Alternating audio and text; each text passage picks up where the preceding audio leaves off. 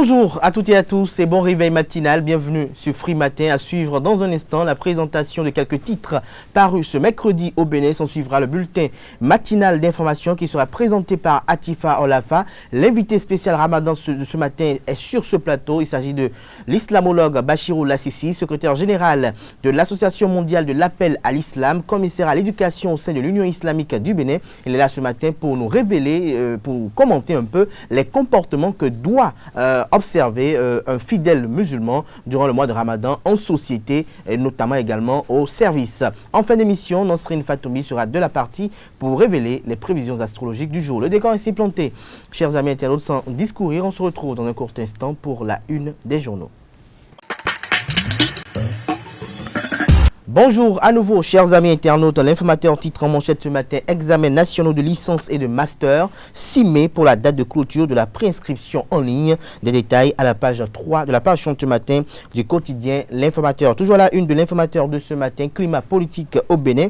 Alain Orunla, ministre porte-parole du gouvernement, réagit aux inquiétudes des États-Unis. Sa réaction est relayée à la page 4 de la page ce matin de l'Informateur. Construction et exploitation de pipeline Bénin-Niger. La plateforme de recrutement du personnel lancée. 2308 postes à pourvoir au total. 27 emplois directs pour cadres. 772 postes pour ouvriers spécialisés. 279 postes pour agents de sécurité. 1230 employés de soutien. Des précisions dans les colonnes de la page ce matin de l'Informateur. Dans l'oreille droite de la une de ce matin, vous invite, chers amis internautes, à découvrir dans les colonnes de sa parution du jour le journal École produit par les étudiants en journalisme à l'École supérieure d'administration, d'économie, de journalisme et des métiers de l'audiovisuel ESAE. L'Afrique en marche à la une ce matin, réaction de constitutionnalistes. Remise en liberté sans condition de Joël Frédéric Aïvo exige ses collègues sénégalais. Leur appel est relayé dans les colonnes de la page de ce matin du Canard. La boussole dans la même veine, titre ce matin en deuxième de titre à la une: détention de Joël Frédéric Aïvo. Les constitutionnalistes sénégalais réclament sa mise en liberté. Nous passons à présent au quotidien La Nation qui titre en manchette ce matin: suite à sa réélection. Encore des lettres de félicitations pour le président Patrice Talon. Des précisions sur ces nouvelles lettres de félicitations à la page 3 de la page ce matin du quotidien national d'information. Toujours à la une du quotidien national d'information de ce matin, professeur Akoko Dorothée Kende-Gazard. La Covid-19 ne doit pas ralentir les stratégies contre le paludisme. Retrouvez l'intégralité de ses propos à la page 5 de la page ce matin du quotidien de service public qui titre également à la une ce matin: notation Standard & Poor's B+, avec perspective stable pour le Bénin. Plus de détails à la page 3 de la page ce matin du quotidien de service public. Fraternité en manchette ce matin: acte de reconnaissance de paternité, rempart pour limiter les enfants illégitimes, mais une loi diversement appréciée, annonce le confrère. Plus de détails dans les colonnes de sa parution de ce matin. Nord-Sud quotidien titre ce matin à la une: notation du Bénin par Standard & Poor's, le rejet de l'annulation de la dette par le G20 salué. Des précisions dans les colonnes de la parution ce matin du Canard. Nous passons à présent à Le Télégramme qui titre à la une ce matin: remaniement ministériel. Patrice Talon poursuit les échanges avec ses alliés, informe le confrère ce matin. Le Béninois libéré titre à la une ce matin: agence internationale notation financière Standard & Poor's. Le Bénin garde sa notation B+, avec perspective stable. Toujours à la une de Le Béninois libéré de ce matin, journée mondiale de la sécurité de la santé du travail. Mathis Adiat appelle les employeurs à s'investir pour enrayer la Covid-19. Le potentiel titre à la une ce matin: décision au sujet du match Sierra Leone-Bénin. La CAF manque une occasion de soigner son image, estime le confrère ce matin. Matin libre en manchette: Bénin présidentielle de 2021, vote multiple et bourrage d'urnes, donc personne pour écouter Razoumé et compagnie, s'interroge le confrère ce matin.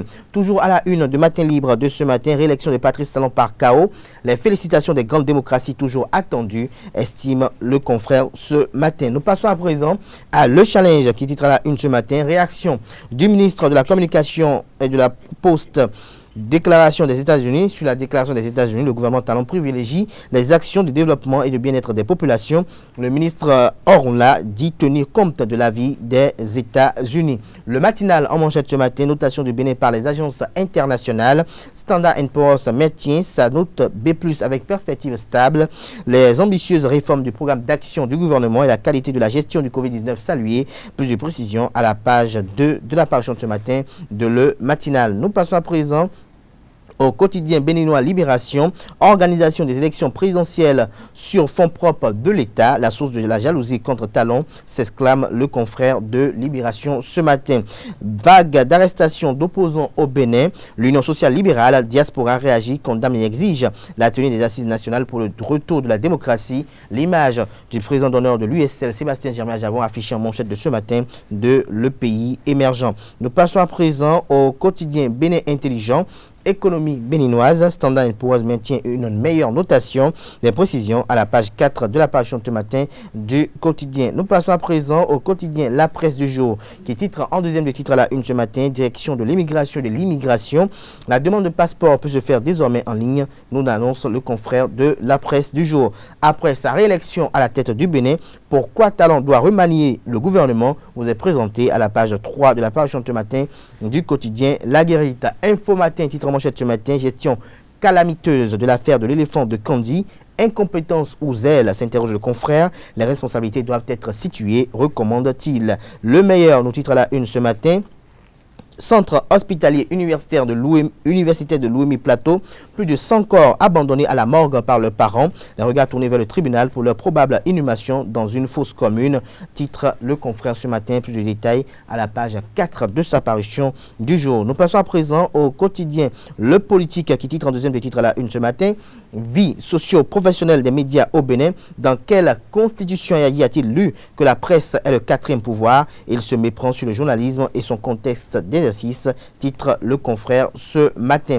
Nous passons à présent au quotidien Les 4 vérités pour mettre un terme à la une des journaux de ce matin. Prochain gouvernement du président Patrice Talon. Pourquoi Sakalafia et Lassane Seydou ne retourneront pas au Parlement? Des raisons sont présentées à la page 3 de la parution de ce matin du quotidien Les 4 vérités. Ce sera tout pour la présentation de quelques titres parus ce mercredi 28 avril 2021 au Bénin. Les quotidiens sont disponibles dans les kiosques au prix de 300 francs CFA, également accessibles en ligne pour ceux d'entre eux qui disposent d'un site internet. Nous passons à présent, chers amis internautes, au bulletin matinal d'information de ce matin qui est une présentation de Atifa Olafa. Bonjour à toutes et à tous. L'introduction d'une fiche de reconnaissance de paternité d'une grossesse dans les pièces pour l'établissement de l'acte de naissance d'un futur bébé fait couler beaucoup d'encre et de salive. D'aucuns y voient une manière pour l'ANIP de contraindre tout le monde à se faire enrôler et à finir tout le processus afin de les assujettir à l'avenir au paiement des impôts. D'autres, par contre, sont choqués parce qu'ils craignent une mauvaise volonté des jeunes hommes qui pourraient d'emblée mettre une insécurité administrative et juridique les enfants nés à partir de début avril dernier. À cet effet, ESAE Télévision s'est rapprochée de la directrice de l'enfance Inès Radonou Toffon afin de mieux cerner les implications de cette législation. Suivons-la au micro d'Abdelkader Achiro. La loi 2015-08 du 8 décembre 2015 portant Code de l'enfant en République du Bénin fait obligation à tout parent de déclarer l'enfant à la naissance. Et pour ce faire, tout parent dispose de 21 jours.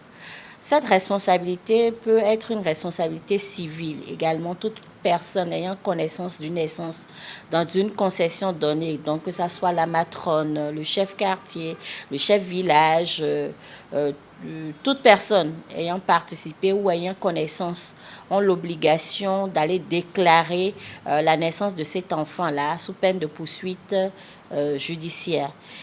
Quand l'enfant est retrouvé et qu'on ne connaît pas l'identité de ses parents, le procureur de la République territorialement compétent doit procéder à la déclaration de cet enfant. Il était important que je puisse faire ce rappel-là avant de venir quand même à À ce qui fait couler beaucoup d'encre.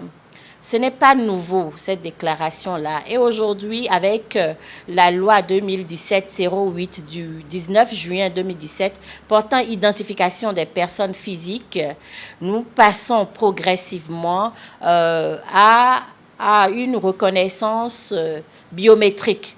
Alors, l'ANIP, l'Agence nationale d'identification des personnes, est une structure chargée de recenser toutes les personnes. Alors, il y a dans la foulée que désormais, on doit déclarer les enfants, en fait, ce qui est déjà pris par une loi de 2015, dont la mise en œuvre sera concrète. Et désormais, si vous êtes marié, la procédure est plus simplifiée. Mais au cas où vous ne serez pas marié, vous devrez obligatoirement aller faire une déclaration de grossesse pour dire, moi, tel INS, je reconnais avoir enceinté telle personne. Ça permet d'avoir aux enfants une certaine sécurité juridique. Et ça permet également à la femme enceinte de ne plus vraiment se poser beaucoup de problèmes plus tard, parce qu'il y a des géniteurs qui fuient leurs responsabilités. Alors, ça permet à chaque être d'être suffisamment responsable, d'assumer en fait sa responsabilité. Et au-delà de ça, il y a bien d'autres conséquences juridiques qu'on peut aujourd'hui vraiment en tirer. La première conséquence juridique, c'est la sécurité qu'on apporte à cet enfant-là.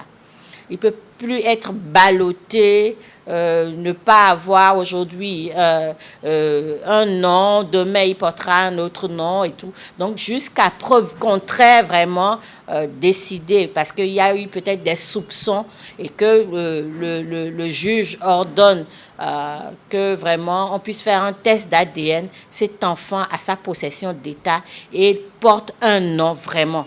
Ça permet également de sécuriser les mariages et qu'on n'apporte pas d'enfants tous azimuts non reconnus et tout ça, vraiment, parce que tel que ça se faisait, une dame, il se lève pour dire, ben, on est enceinte de Y, sans que Y ne reconnaisse vraiment cette grossesse-là, on lui corde la grossesse. Donc c'est une sécurité de part et d'autre. Sécurité de l'enfant, sécurité de la femme qui porte la grossesse, sécurité également du monsieur s'il est dans les liens de mariage. Les formalités ne sont pas difficiles. Non, il suffit juste d'être plus responsable en fait, de se dire oui, j'assume pleinement cette responsabilité de la grossesse que porte une telle femme. C'est juste ça, plus de responsabilité. Restons avec Aquavi Inès Radono-Toffon, directrice des droits humains du ministère de la Justice et de la Législation. Au cours de son intervention, elle évoque la gestion des cas complexes avec cette législation qui vient de rentrer en vigueur. Elle s'exprime toujours au micro d'Abdelkader Achiro. Le Code des personnes et de la famille nous dispose que l'enfant qui est né dans le mariage a pour père le mari de sa mère. Donc porte le nom du mari de sa mère. C'est les dispositions du Code des personnes et de la famille.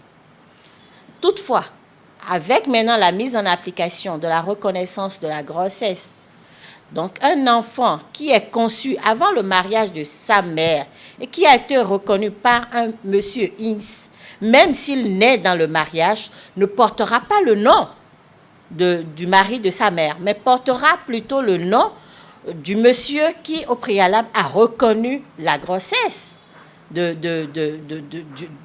la dame X ou Y en question. Donc, d'où l'importance de cette reconnaissance-là. Et ça sécurise les parties. Parce qu'il y a des hommes qui savent qu'ils sont infertiles, qui reconnaissent que vraiment telle dame était enceinte avant de se mettre avec moi, mais je reconnais quand même l'enfant pour avoir la progéniture. Alors ça vient résoudre ce pan des problèmes aussi, et ça sécurise tout un chacun. Et désormais, c'est celui qui vraiment a enceinté X ou Y qui sera à même d'aller reconnaître sa grossesse. Non, ce n'est pas une loi spécifique.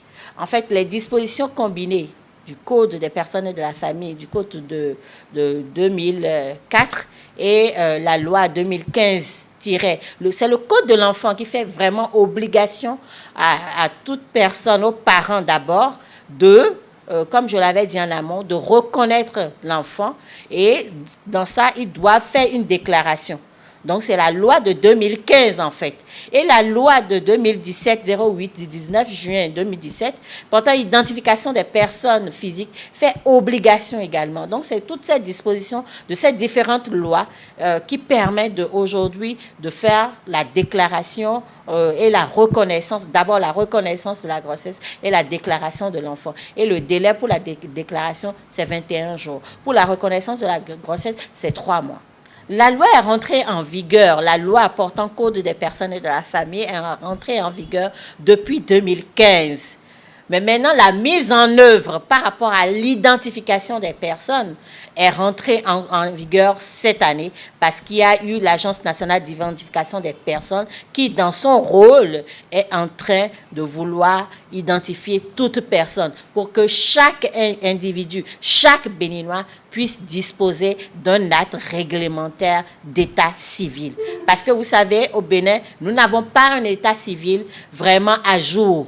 Et des personnes peuvent être nées sous X aujourd'hui, sous Y, avoir plusieurs états de date de naissance, ce qui est anormal. Chacun doit avoir un seul état civil.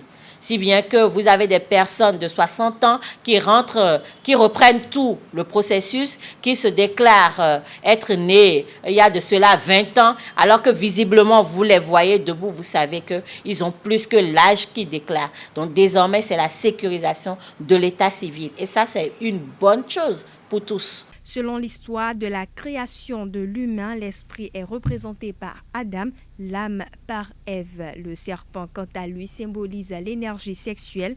C'est ce que nous explique Elmancio Godson dans l'émission Au cœur du mystère de ESAE Télévision au micro de Jacques Marion d'Almeida. Adam représente notre esprit. Ève représente notre âme. Et le serpent représente l'énergie sexuelle. C'est tout simplement ça. Si vous comprenez ça comme ça, vous êtes sur la bonne voie. OK. Dans l'énergie sexuelle, il y a la tentation.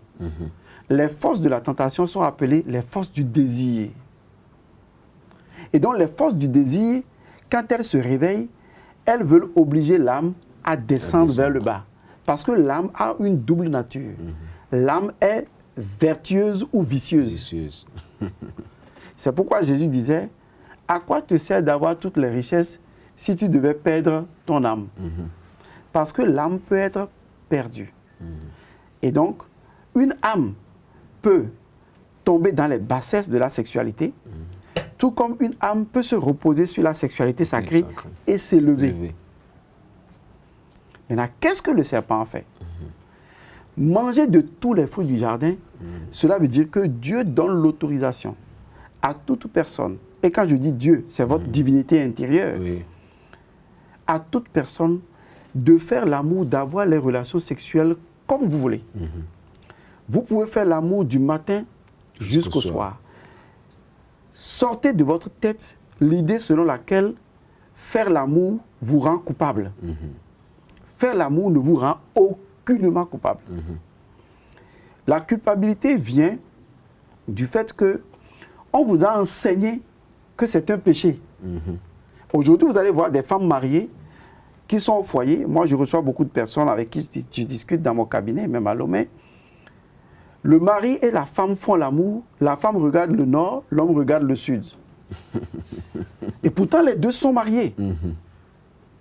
Parce que les gens sont tellement complexés quand on parle de sexe. Nous, en métaphysique, on les dénote. Le vagin est appelé le yoni et le pénis est appelé le lingam.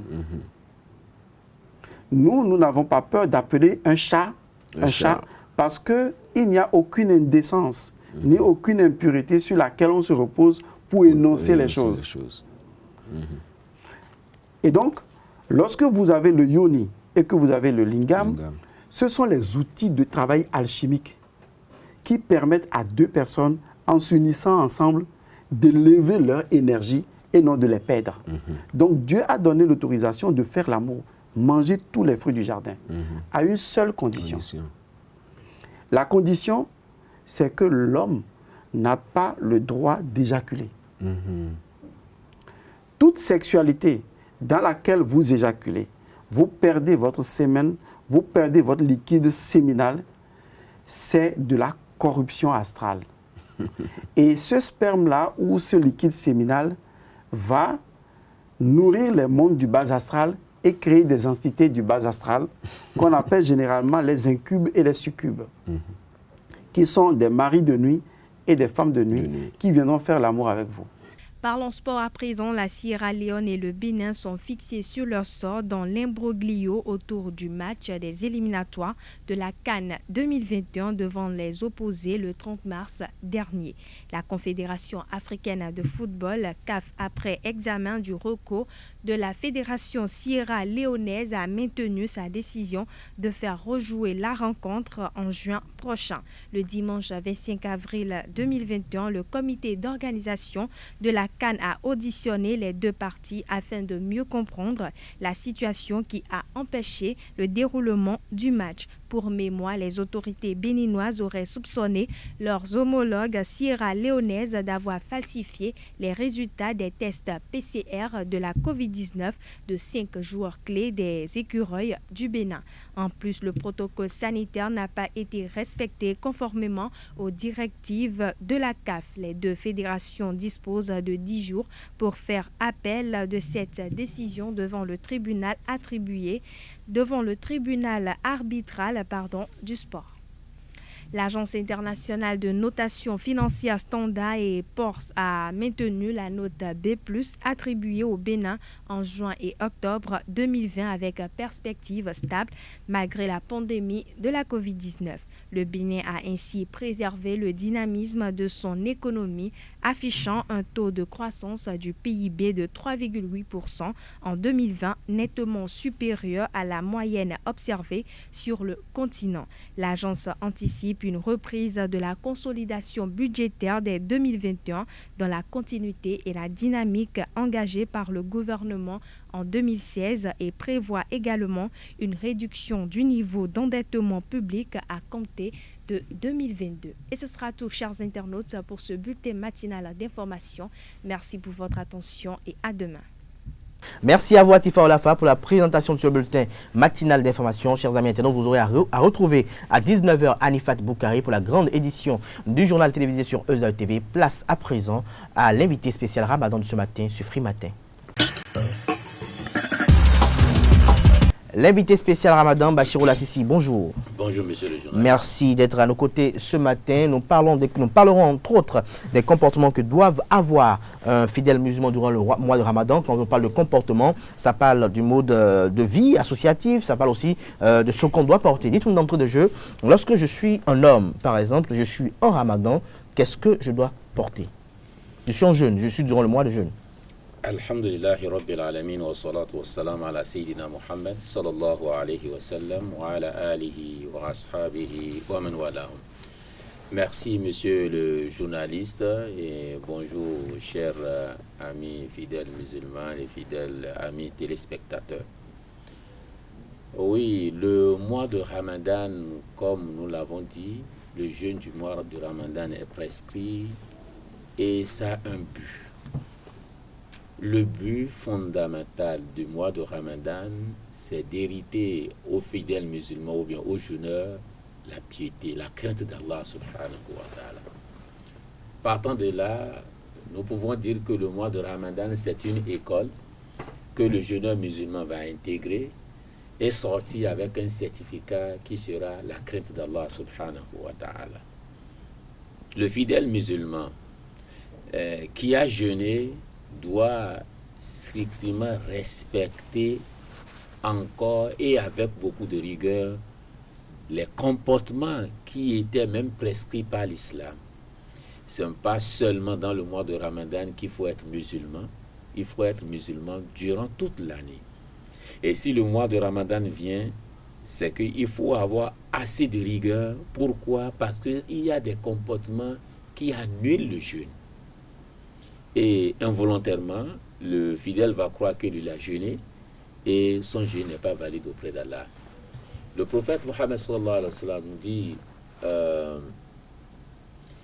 As-sawmu junna. Le jeûne, c'est une barrière pour toi entre toute autre chose. Et il va au-delà, il dit si quelqu'un parmi vous a jeûné et que quelqu'un finalement venait l'agresser, faliyakul inni sa'im. Il n'a qu'à le laisser pour dire que je suis en jeûne. Ce qui veut dire, ça va au-delà de la réalité du comportement que doit avoir le jeûneur. Ce n'est pas même lui qui provoque, on le provoque, mais parce qu'il est en jeûne, il est dans l'incapacité de réagir par rapport à celui qui l'a agressé. Donc tout coup pour lui dire, je suis en jeûne. Même si on l'a insulté,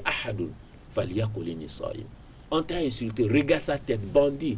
Comme ça se passe dans la circulation. Voyons, le jeune musulman qui est sur sa moto en train de partir, et que, bon, un usager de la route, là, peut-être, comme ça se passe sur la route, il a triché ou bien l'a bousculé ou bien l'a fait un geste, mais juste à cause du mois de Ramadan, il sera incapable de lui faire le retour. Ah, regarde ce que tu fais. Bon, comme nous avons l'habitude de s'injurer dans la circulation. Mais le jeune musulman doit s'abstenir de tout cela. Imaginons par exemple quelqu'un qui est au service, un jeune musulman qui est au service. Tout d'abord, n'oublions pas qu'il y a le droit de voisinage que le musulman doit observer, que ça soit dans le mois de Ramadan ou pas. Et le voisinage en islam, comme nous le savons, ce n'est pas seulement celui qui habite à côté de toi à la maison, mais wajaru del jamb, celui qui est à côté de toi. Et ça peut être même au service, ça peut être dans le véhicule, même avec toi, si tu es sur une moto avec quelqu'un, supposons qu'un zimdian qui t'a pris, tu deviens son voisin en ce moment-là. Donc tu dois entretenir les bons comportements, les bons droits de voisinage que l'islam nous a enseignés. Et surtout encore pour préserver ton jeûne. Tu es au service avec ton collègue. Attention, comme le prophète a dit, la tahqiranna min al-ma'rufi shay'an walaw an talqa akhaka biwajhin taliq. Il dit, ne méprisez pas une bonne action, même si elle est petite. Même si c'est pour rencontrer ton voisin, ton ami, avec un visage souriant. Ce qui veut dire que tu es dans l'obligation, surtout dans le mois de Ramadan, d'avoir un visage souriant vis-à-vis de tes proches, vis-à-vis de tes voisins, etc. Tu es en jeûne. N'oublie pas que la main, le bic que tu vas écrire, parce que ce n'est pas seulement la bouche qui ment. La bouche peut mentir. Et si tu mens, ta langue a menti dans le mois de Ramadan, ça peut annuler le jeûne.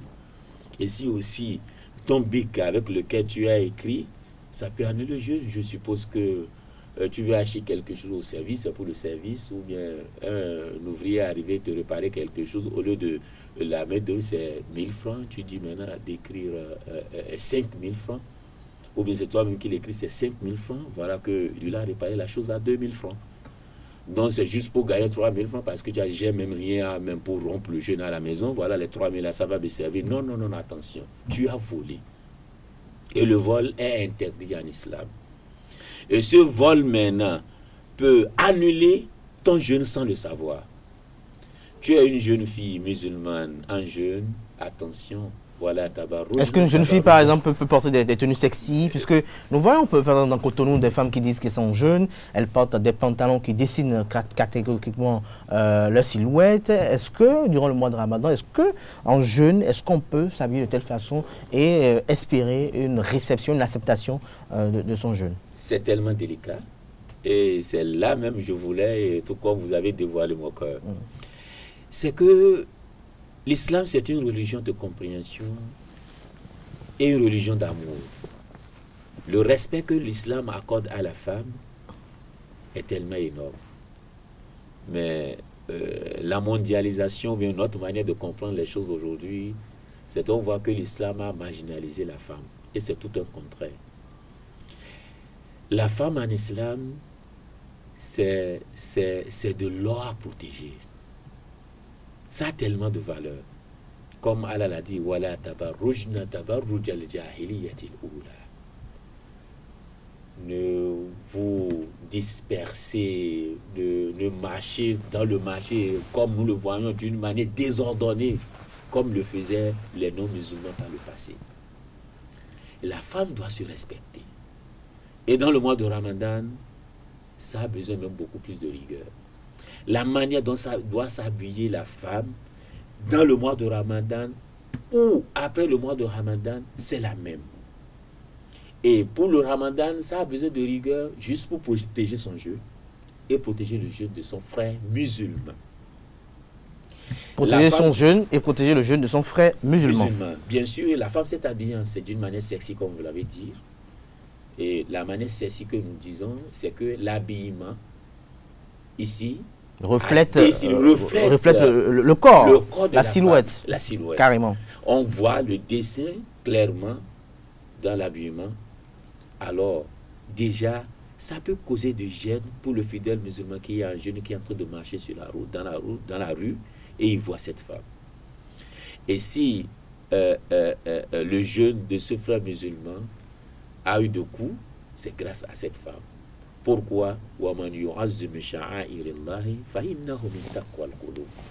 Nous sommes dans le mois de Ramadan. Tout au moins, la femme musulmane doit chercher quand même à donner de valeur à ce mois de Ramadan et l'adoration qui existe dans ce mois de Ramadan. La femme musulmane, comme le Coran l'a dit,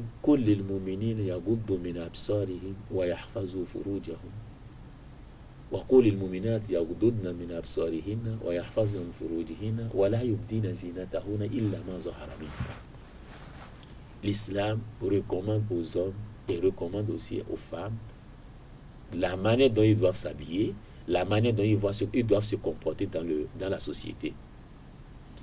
Il demande aux hommes, lorsque vous marchez, rabaissez vos visages. Ce n'est pas regarder le sol pour aller cogner un poteau, non, mais quand même, comme ça, tu gauche à droite, tu vois comme ça, tu vois une vie passer, tu regardes. Non. Ce n'est même pas un comportement qui va t'honorer toi-même, mais fixe le visage là où tu vas. Tu as un objectif. Mais va là où tu t'en vas, parce que la femme que tu es en train de regarder, ou bien la fille que tu es en train de regarder, tu vas regarder pour rien et tu vas rien en profiter. Bon, selon nous, dans notre compréhension. Exactement aussi la femme. Allah subhanahu wa ta'ala dit de demander quand même lorsque tu vas marcher, rabaisse ton visage. Cette manière de rabaisser ton visage, il ne faut pas provoquer les hommes. Il ne faut pas séduire les hommes par ton habillement, par ton comportement. L'islam proscrit la séduction des hommes par l'habillement. Bien sûr, parce que lorsque tu t'habilles d'une manière sexy, tu es en train de séduire les hommes. Et cette séduction peut entraîner l'homme à aller là où Allah a interdit. Même ça est arrivé, même qu'on a interdit à la femme de se parfumer lorsqu'elle va sortir. Parce que l'odeur du parfum peut attirer l'homme, il va dire, mais qu'est-ce qui se passe?